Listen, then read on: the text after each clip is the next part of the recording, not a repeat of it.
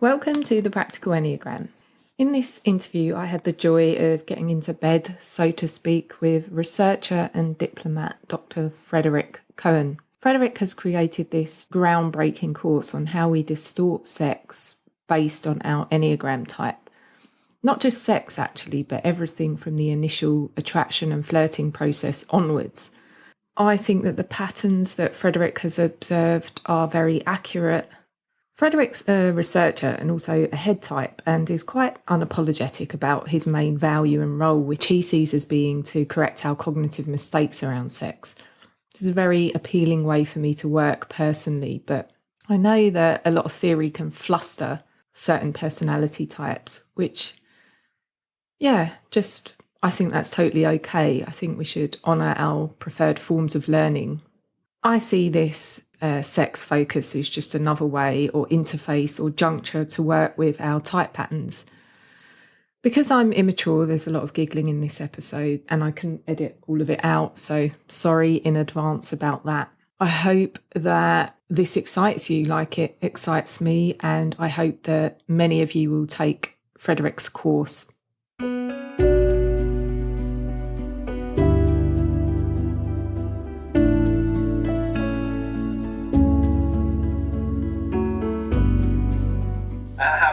Recently, so I have to fly from Budapest to Stockholm. Yeah. To go from one conference to the other, and there's actually two flights around the same time. There's 15 minutes difference, and I actually bought a ticket for both flights in case one would be too much delayed because I have to be on time in the evening. Okay. I just think that's very savvy. So that's good. I've never done it, but I would do that. Yeah. That's good. I think only sixes would go for this kind of planning. Do you? All right, enough of this. So, Frederik, thank you again for making the time for this. I want to give people an insight into who you are, just a little one, before we dive into sex. So, can you please do that as you see fit? I'm Frederik. I actually work as a diplomat for the European Union in Ukraine, so it's pretty far away from the topic of sex and the Enneagram, of course. But basically, during my free time, I'm very much interested in understanding human behavior, also human development in general.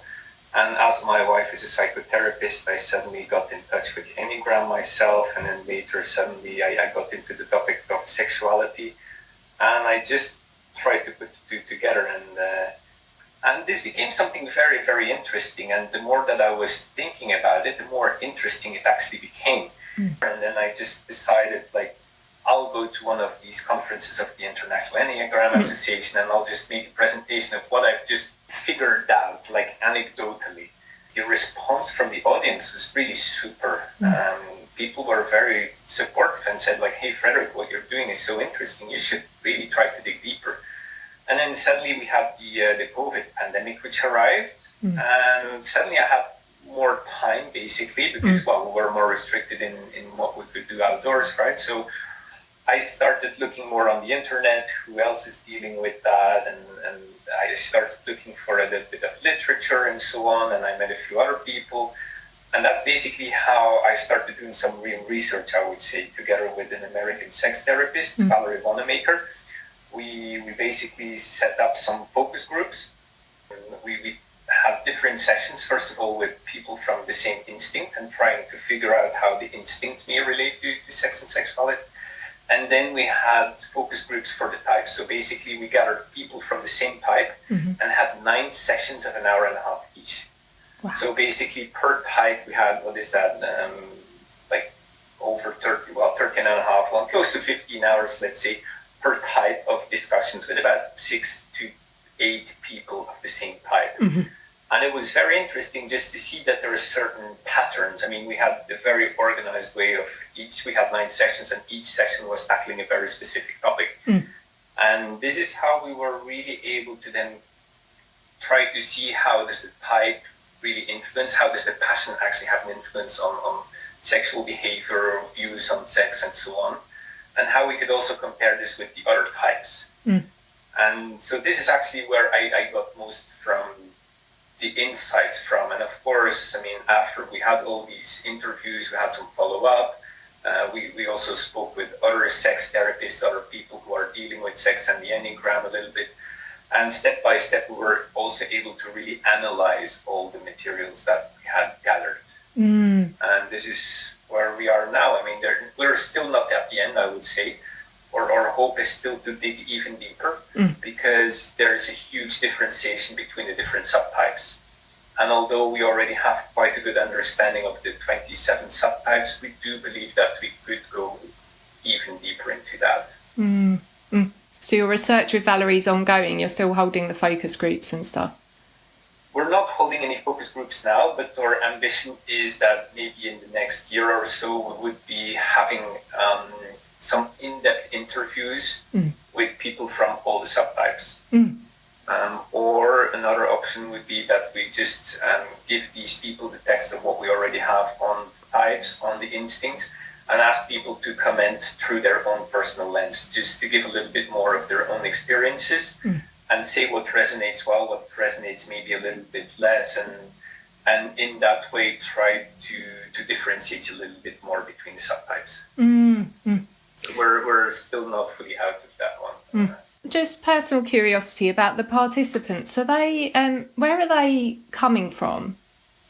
So we had participants from all over the world. I mean, most people were actually from the US and Europe, but we had a few from Australia, we had a few from Egypt.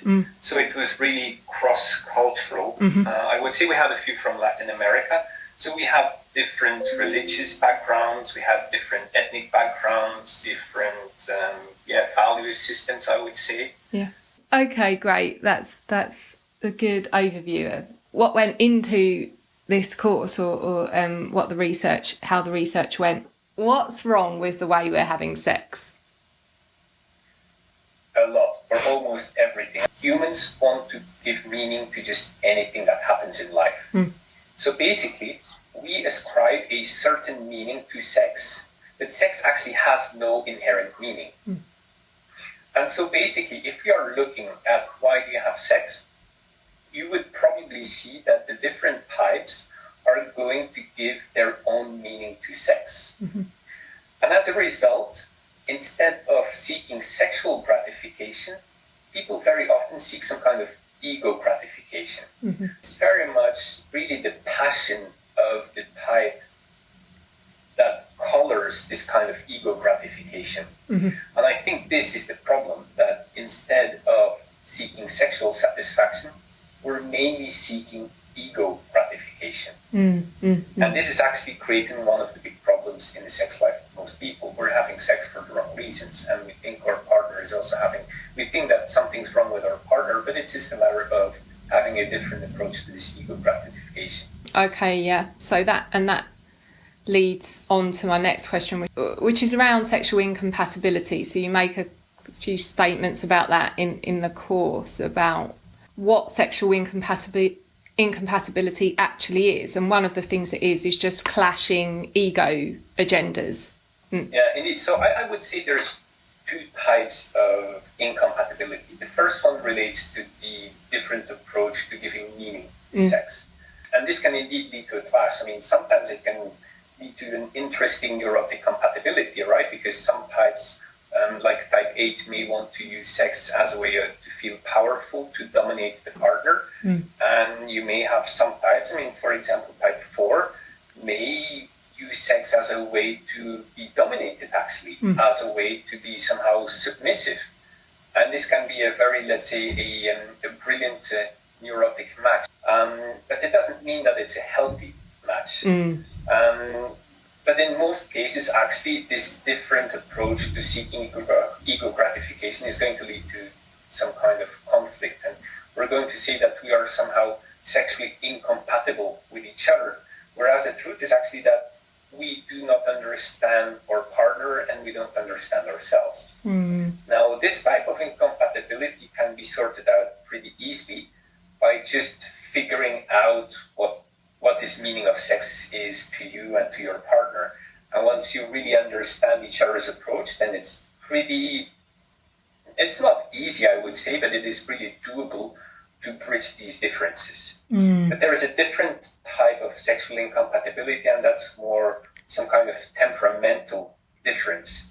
And this is that the three instincts give some kind of different energetic value, or there's a different energetic approach to sex. And this can lead to challenges, especially if the dominant instinct of one partner is actually the blind instinct of the other partner. So, for example, if we take the sexual instinct, I mean, people who are sexual dominant will have a quite high level of intensity in sexual play. Whereas people who are sexual blind are actually going to be more energy efficient and more averse to this type of intensity. And this may be actually a little bit more difficult to cope with, because just through cognitively understanding the differences, you're not going to change the temperament of the person. Still, however, I mean, by really working on it and really understanding it and trying to work with the instincts, I do believe it is possible to overcome this kind of differences. So I would actually say that in general, there is no such thing as sexual incompatibility. There is just sexual differences, but the incompatibility is more a matter of your own approach. Do you have a healthy approach to your relationship? Do you have a mature approach to willingness to overcome the differences that may be there? I've always thought it was a little bit of a lazy sort of thing to say. But then I probably would say that because I just want to understand everything and dig into everything. Well, indeed, I think that incompatibility is a very good excuse for not having to sort things out. Many people divorce because they say that we were not compatible with each other, whereas they were just not willing to step out of their sense of individualism and entitlement. Do you think incompatibility arises due to differences on where people are on the in their value system? So in the course, you use spiral dynamics to set those out. But yeah, what do you think of that? Yeah, look, I think first of all, the incompatibility or the perception of incompatibility is going to be high on the lower levels of development. Development in the sense of strength of the defense mechanisms of the ego. So we're not looking at levels of development from spiral dynamics, but levels of development if we're looking, for example, at Hudson and Risso's 9 levels of development. So at the lower level, this perception of incompatibility is going to be pretty high. And the higher you go, you're going to less experience these levels of incompatibility. With regards to the stages of development in spiral dynamics, also there we're going to have differences in sexual values, for sure. And it is possible that when people are in 2 different stages, then they may also experience some kind of incompatibility of their sexual values. However, I would say it is quite unlikely that people from different stages are going to stay in a long-term relationship. I mean, so for example, it's highly unlikely that somebody who's red is going to be in a long-term relationship with somebody who's green. Things are just not going to work out most likely. Yeah.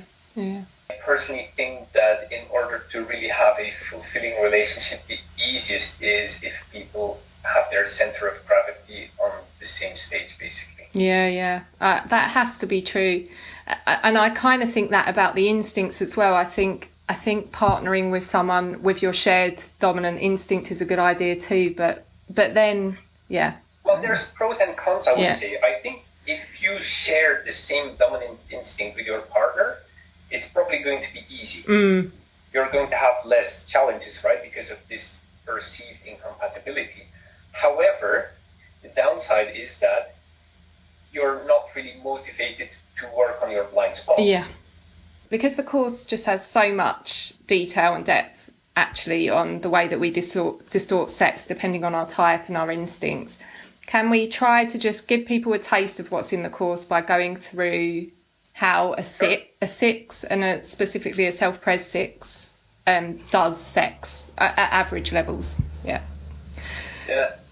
Well, you're selecting the most interesting one. Basically, in my course, I call the self-preservation 6 the libido assassin. Well, especially if you would take the sexual blind self-preservation dominant 6. And I actually do believe that most people who are sexual blind self-preservation dominant, most of them are going to have some kind of quality that can kill the libido of the partner. But I think that type 6 is particularly skilled at that. And it's not necessarily a skill to be proud of, I would say. I think it is. But yeah, let's dig deeper into the self-preservation 6. Yeah, great. I find that very funny. Why does a 6 at an average level have sex? So what is the 6 motivation generally to have sex? Yeah, so if we look at the meaning that the 6 attributes to sex, so let's talk about the ego-gratification of type 6, right? Type 6 actually wants to find some kind of peace of mind, reassurance, but also predictability through sex. Mm-hmm. And type 6 is actually looking for a connection, but not really for the emotional aspect, but more for the promise of some kind of mutual care. And they have, they basically feel that people who have sex, they should have each other's backs. I mean, it's as if they want to enter into some kind of partnership of equals. Sixes are looking for a mutual expression of trust, care, and reliability. Mm-hmm. They can actually use sex as some kind of test in this regard of this trust and reliability. And they can use sex as a tool for trying to figure out, can I actually trust you or not? Mm. And basically also when they're having sex with somebody, it creates a very intimate bond, and it really makes it clear immediately if this person is going to give you this nurturance, this care, and this protection. So for 6, sex is not that much about romantic feelings, and it's also not about this these lustful desires from the gut. Now, of course, the countertype, the sexual 6, can be a little bit different because they want to feel sexually empowered, and they may actually use sex to continually validate this emotional connection that is there in the relationship. Mm. Okay, yeah. And then, because we're doing self-pres 6, if we look at the instinct in isolation, why does a self-preservation type have sex? Or what is sex to a self-preservation type? For the self-preservation instinct, sex is very much about the physiological pleasure, mm-hmm. I would say. Some types, many of the hard types who are self-preservation dominant are going to say, no, I don't have sex for the orgasm. It's all about the connection. It's about the feelings to the partner and so on. If you really start digging much deeper, then you will get to the point that for the self-preservation, it's still about the orgasm. Mm-hmm. The main aim is still to get this physiological release, the physiological pleasure. Mm. Now, if we're looking a little bit deeper into how does the self-preservation instinct actually show up in sexual play, I would actually like to divide it according to the zones. Some of the listeners may be aware of the zones. Mm-hmm. This is a concept that was elaborated by Russ Hudson, and basically for each of the 3 instincts, he goes further into 3 zones, and each zone has 5 instinctual habits. Mm. And they're actually super useful in understanding sexual behavior, again, because there's a lot of this temperamental, this energetic qualities that come from these instincts. So the first zone that Russ speaks about is the self-care zone. Mm-hmm. And so if we're looking at the self-preservation dominant, people who are self-preservation dominant, for them, this self-care zone is going to come up as really sex is some kind of human need. Mm. It's just like you eat food, you drink water, you go to the toilet, you have to sleep. Sex is just like a basic human need. And for them, there's some kind of hierarchy in these needs. For people who are self-preservation dominant, sex will have a certain place in this hierarchy. So, for example, they will say that I cannot have sex if I'm tired, or if I'm hungry, I cannot have sex. People who are self-preservation blind, they just don't care. They may be super tired and they can still have sex.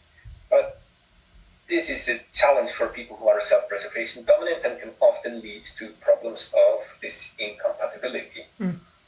The second zone is the zone of resources and practicality. And this is where, let's say, the energy efficiency of the self-preservation instinct comes up. People who are self-preservation dominant are often described as being lazy or boring by people who are self-preservation blind.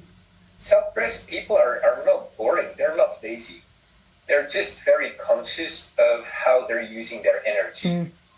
And the same happens in sex. For the self-preservation instinct in sex, basically, I would say the output has to be bigger than the input. What you get out of sex has to be bigger than what you're putting into it. And this can lead to some problems, right? Because for real sexual intercourse and pleasure, normally you should have almost the opposite. It's basically just expending the energy. And this is why people with a dominant sexual instinct may have, for them it may be more easy. So basically for people who are self-preservation dominant, the ideal sexual act is if the partner is doing everything and I can just lay on my back. That's the preferred option. And it's not that the self-preservation dominant person is lazy. It's not that the self-preservation dominant person does not want to please the other person. But it's like, if I could really choose, then I would prefer not to having to please the partner.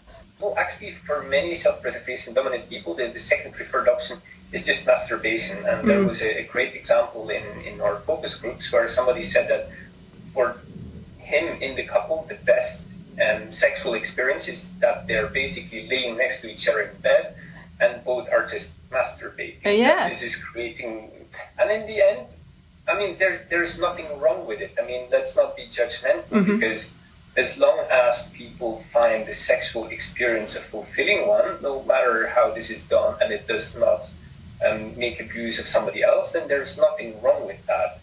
Masturbation can be a very good alternative if there's not much energy left at the end of the day. And then the least desirable option is that the partner is actually demanding the self-preservation dominant person to be active. Especially, and this is a challenge when a couple exists of two self-preservation dominant people, because both are actually living in the hope that the other is going to please their sexual need. Now, the last zone that Russ Hudson talks about is the home life zone. And this is all about structure, organization, safety, security, privacy, comfort, and so on. And basically, for sex, the self-preservation dominant person needs to feel well, needs to feel at ease. And this is physically, mentally, emotionally, and so on. So, for example, sex on the beach sounds very, very arousing, but it's not really a practical thing. I mean, you have this sand that's really like unpleasant and uncomfortable and so on. People who are self-preservation blind, and especially those who are sexual dominant, they just adore this kind of stuff. But it's not going to work with a self-preservation dominant. The other thing is also that they need to feel somehow mentally at ease. I mean, let's say you meet somebody, you don't know the person very well yet, and you just end up in the bedroom in the apartment of that person. It feels a little bit awkward. You don't know the place, and it's like you don't want to wake up in the morning in a bedroom which is not yours. Again, people who are self-preservation blind, they just couldn't care less about that. I mean, that's part of the whole thrill, right? I mean, you're into the unknown, and sex is very much about really getting into the unknown. The other thing is that also physically, it needs to feel good. Like in sex, some positions, and if you're trying to get very creative, then some positions are not going to feel very comfortable because your breast may be squeezed or a leg is pushing your leg and so on and so on. Now, for the self-preservation blind, this is just great. This just adds to the whole experience. But for the self-preservation dominant person, it's like, hey, like you're squeezing my breast. Hey, my arm is hurting.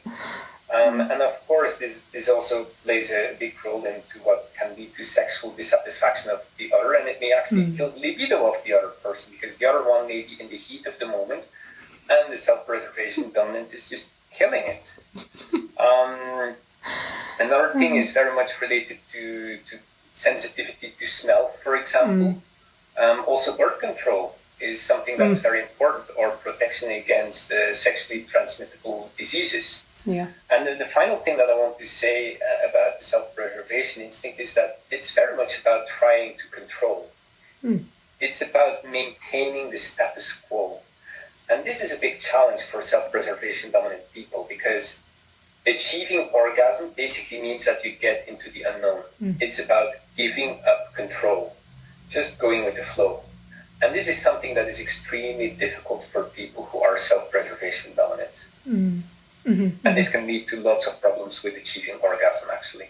And this is why, again, it's quite often for these people, masturbation may be a very good form of experiencing sex and sexuality, just because you are in control yourself. You do not need to surrender to somebody else. Yeah, my goodness. I just think it's all really accurate and on point. The position of the sexual instinct for self-preservation type matters here, doesn't it, Frederik? So Indeed, because there's some kind of antagonizing effect between the sexual and the self-preservation instinct. So I would say somebody who's self-preservation dominant and has sexual second is not going to experience this as harshly as somebody who's sexual blind. Yeah, okay. And it's not to say that people who are sexual dominant have an easier or better time with sex-related stuff, is it? People who are sexual dominant will less often face problems with achieving orgasm. Because giving up control, going beyond, is just what they're looking for. However, it does not mean that they have a more fulfilling sexual experience. Because they may be chasing peak experiences very often. They may really chase a lot of adrenaline. They really, really want to feel alive. This can actually lead to dissatisfaction. I mean, maybe the sexual experience itself, the sexual act, they may be less prone to experiencing certain problems there, but it's just the permanent chase for this feeling alive that may be a problem for them. So I would say that there is no instinct that is better or worse. The main thing is about how do you harmonize the instincts, how do you try to still tap into the instinct that is repressed, and how do you make sure you do not overdo your dominant instinct. And all of this will help to make a person's sex life more fulfilling, this instinct work.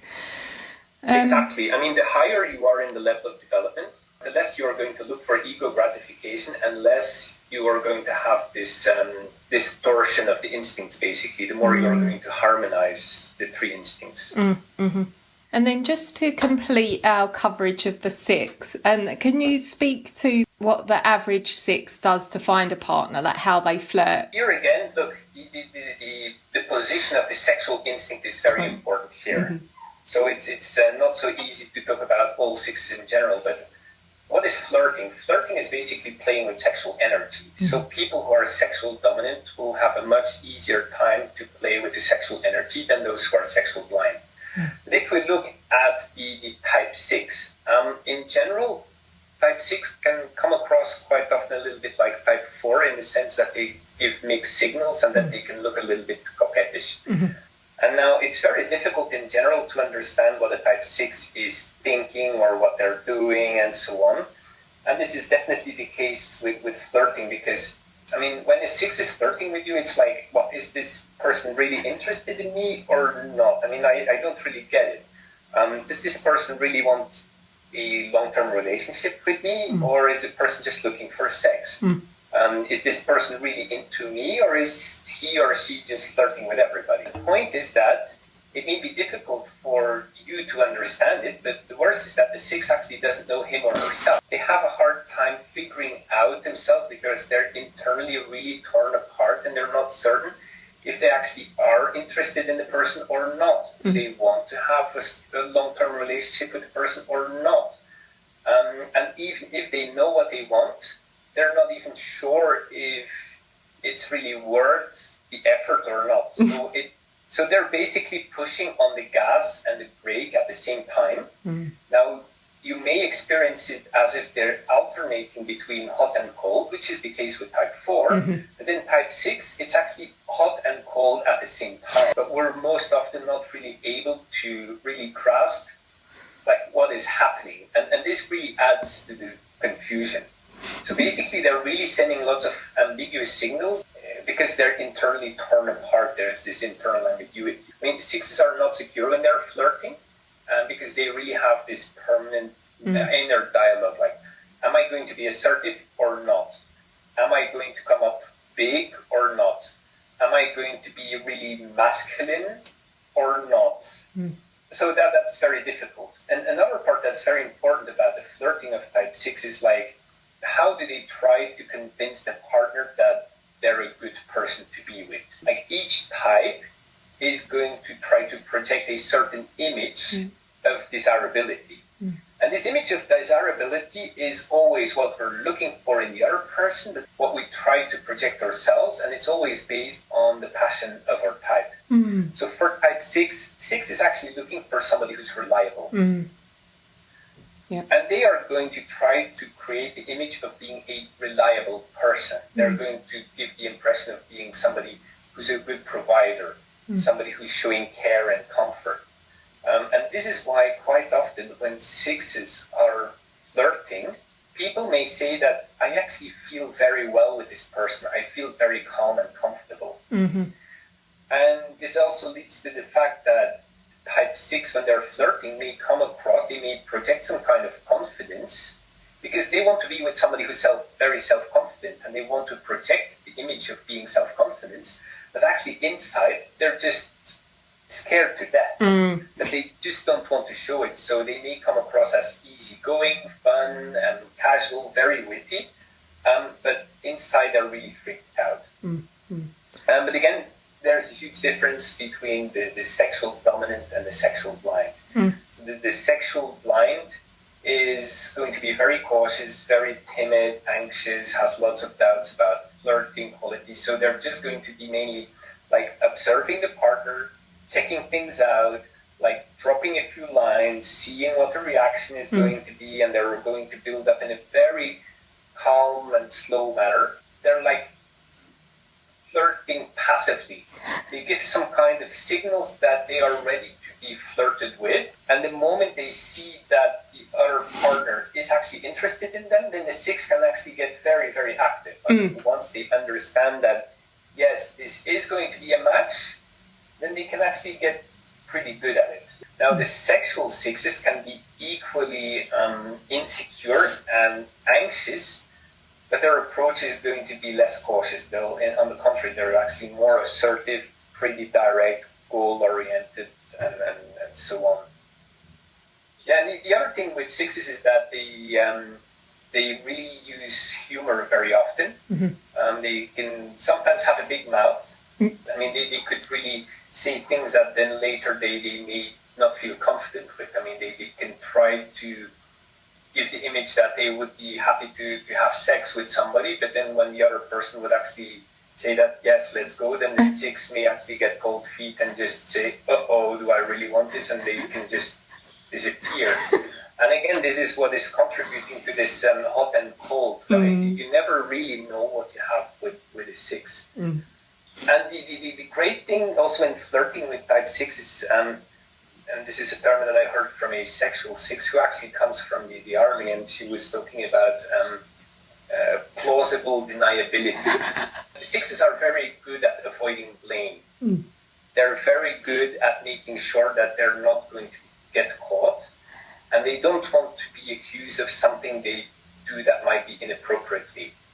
So they're always they're going to be witty, they're going to come up with humor, but if somebody takes offense at the way they're flirting, they're just going to say, no, you didn't get it, I didn't say that, no, that's how you interpret it, blah, blah, blah. I mean, 6s are very good at getting away with things. So, yeah, I think that should help anyone out who comes across one of these animals on the dating scene. You need nerves of steel to make it through the flirtation of a 6. I mean, there's some types that are more straightforward. But I mean, like type 8 is completely different. For type 8, there's zero ambiguity. I mean, on the contrary, they may come on a little bit too strong. Probably type 6 and 4 can be very challenging in the flirting. For sure.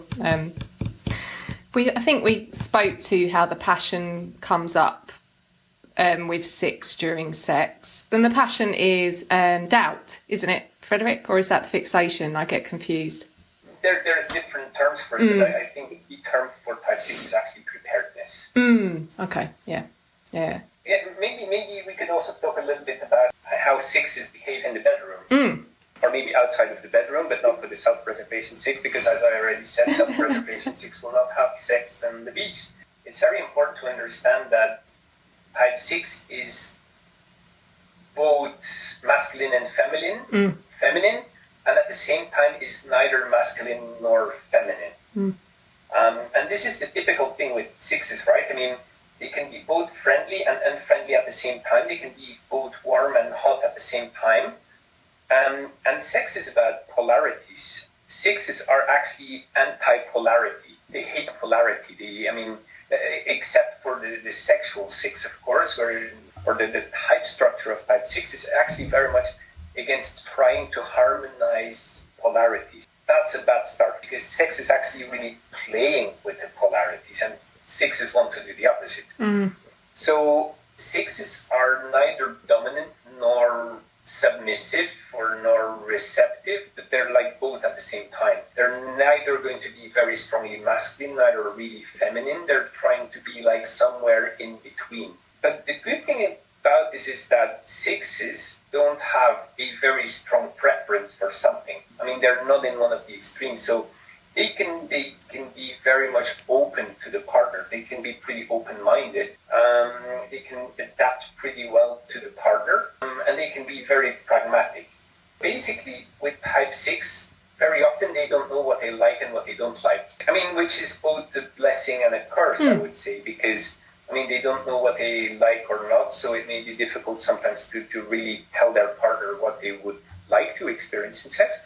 But from the other side, when the partner of a 6 is proposing something, a 6 is hardly ever going to be completely against it. 6s are most likely going to say, well, yeah, okay, sure, we can do it, as long as there's a sense of preparedness. 6s may often not like extremes and like kink or something like that.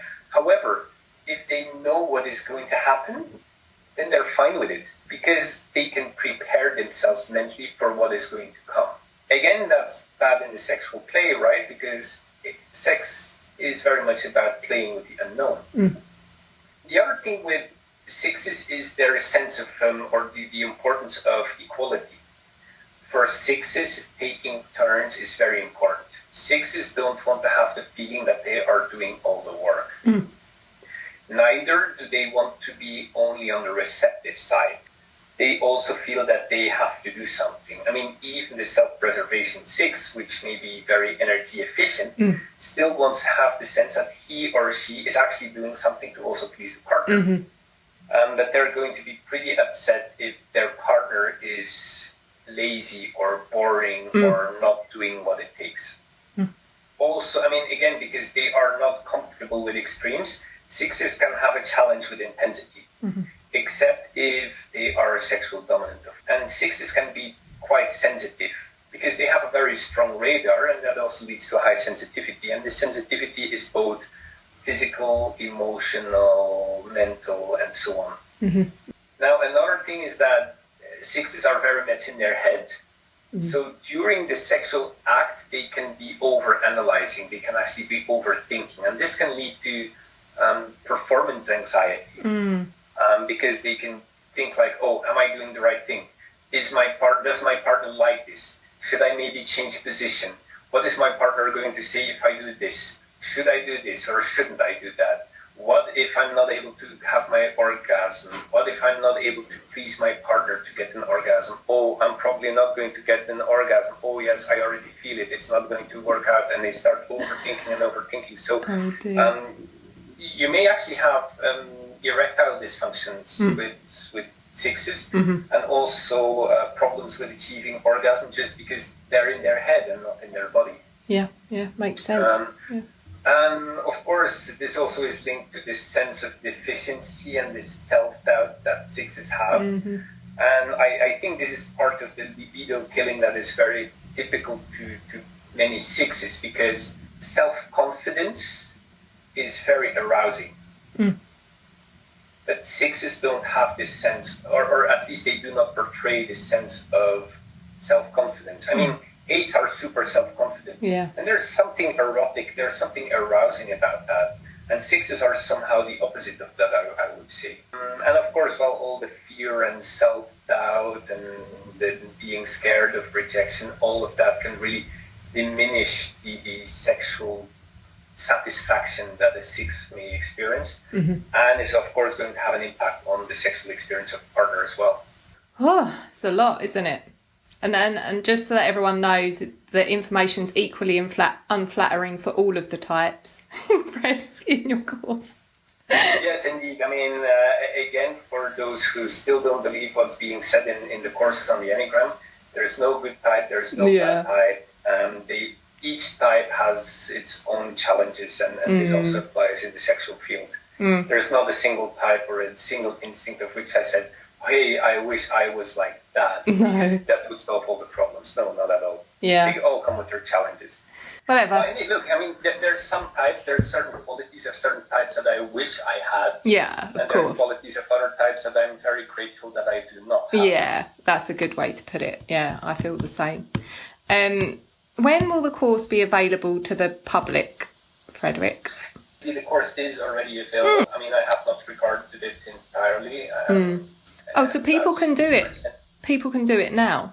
Yeah. So basically 60% of the course is recorded already. There is another 40% remaining. I hope to be able to finalize the recordings by end of August. Great. But people can already take the course. So basically it's just listening or basically watching the videos. And if there's questions, they can always reach out to me. But it's not that it's an organized course group or something like that. Yeah.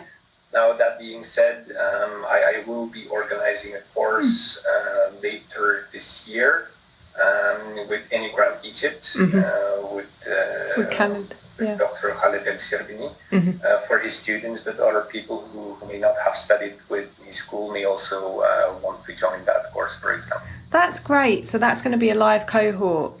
Yeah, indeed. So basically, we did a workshop a few months ago in Egypt, and that was super, super interesting. It's a very challenging topic, right, to speak about sex in a Muslim environment. Oh, yeah. But it went actually extremely, extremely well, and this is why we're going to repeat this. And our ambition is that probably in October we'll have another workshop like this for about 3-4 days, after which we do the online course, which is going to be 13 weeks. So people will be watching each week, they will watch one lesson, and then there's going to be some kind of question and answer session and where people can really discuss with each other. And then after that, so early next year, probably January or February, we would have a second workshop where we basically try to integrate all of that, and try to live it in ourselves and work with that in order to improve our sexual satisfaction. I mean, there's nothing sexual during these workshops, of course, but it's really working with the topic, exchanging views, different types of exercises, and that can really help us. Okay, that's really cool. I will put the links in the episode notes about that. And will there be a book? I don't know when there's going to be a book. I'm thinking that maybe once I have worked for a few years with even more people with workshop with these courses, and once we have also done the in-depth interviews with all the subtypes, I think that then maybe it might be good to make a book out of it. Cool. But I do recognize that it's going to be a very, very thick book, because the course now is about, I don't know, it'll be 20-25 hours in total. And going deeper, if it's twice as big, that would probably mean that there's like a book of 800 pages or something like that, which may be a little bit too much. But I would say don't expect a book in the next 5 years. Okay, good to know. I just think this has so much power, this information. It can empower the field of sex therapy, no doubt. So is that happening? Are you engaged with the community of sex therapy, or? So I'm not that much engaged with the community of sex therapists, but we have, let's say, a mini community of sex therapists who are working with the Enneagram. And basically we have our bi-weekly meetings online where we are exchanging thoughts, views, cases. There's actually some kind of supervision, you could say, where people, where the the therapist, because I'm not a therapist, but where the therapists come up with their specific cases and trying to understand, like, how shall I tackle this issue? And it's a very good marriage, I would say, between me as a researcher and there's another researcher and then the therapists. And I think that in the next few years there's going to be more and more people who will be using the Enneagram in sex therapy, because I believe that the challenge sex therapists have right now is that they're just looking for quick fixes. Somebody has an erectile problem, well, Viagra, here you go. Somebody has a problem, for example, with achieving orgasm. It's like, well, hey, no problem, don't worry about it, or maybe also some kind of exercises. But they're looking at it through very much the medical lens, and the psychological lens is often forgotten. Although I believe that in 90% of the cases, sexual issues or issues of sexual dysfunction can be solved through understanding the psychological issues that are behind it. Because most of the issues are not conditioned by a medical issue or by a physiological issue, but something in the head. And this is what I believe is the value of the work that I have been doing. And that could really lead to a more sustainable and a more healthy approach in dealing with sexual dysfunctions. Yeah, sounds right to me. And thank you so much. Thank you for your work and thank you for your time. It was my pleasure.